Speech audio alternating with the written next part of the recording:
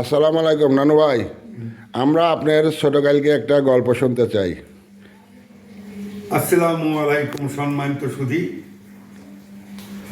আমি আমার ছোটবেলা আমার বড় আফার সাথে একটি কাহিনী আপনাদের সামনে তুলে ধরতেছি। আপনারা আমার জন্য দোয়া করবেন।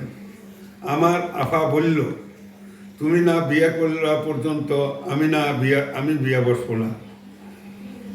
ভাবি না এলে পরে যাব না পরের ঘরে, ও মোর ভাইয়া রে চোখ চূড়ানো মন ভুলানো ভাবি এনে দাও, ও মোর ভাইয়া রে।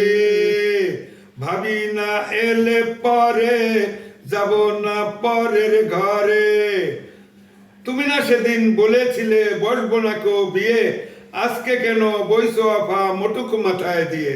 পুতুল খেলা ছেড়ে তুমি যাচ্ছ শ্বশুর বাড়ি, সেথায় যে হবে তোমার নতুন সংসারী। করছি যত ঝগড়াঝাটি হাত তো খানি ভাই, হাতটি ধরে বলছি আফা এবার করো মাপ। বাহবারে দুলে ভাই বেশ তো মজার লোক, কেন আবার আবার উপর পড়লো তোমার চোখ?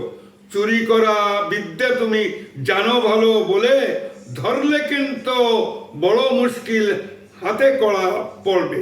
আলাইকুম দেশবাসী, আমার জন্য আপনারা দোয়া করবেন।